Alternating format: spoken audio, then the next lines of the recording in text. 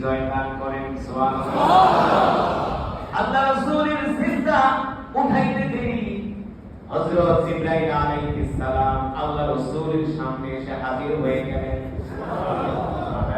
تصبروا وتتقوا ويأتوكم من فورهم هذا يمددكم ربكم بخمسة آلاف من الملائكة مسومين।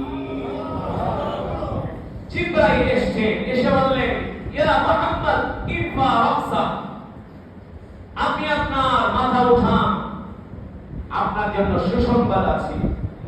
আপনি কি ভেবেছেন আপনি আপনার সাহাবীদেরকে নিয়ে রোজা অবস্থায় যুদ্ধের ময়দানে এসেছেন?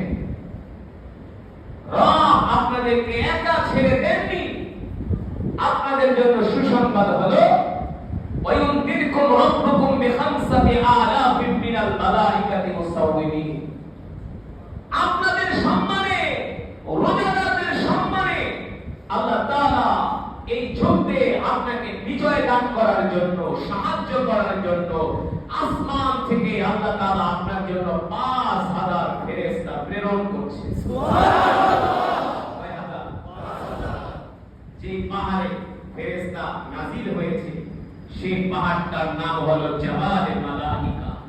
জাবালে মালাইকা। ওই পাহাড়টা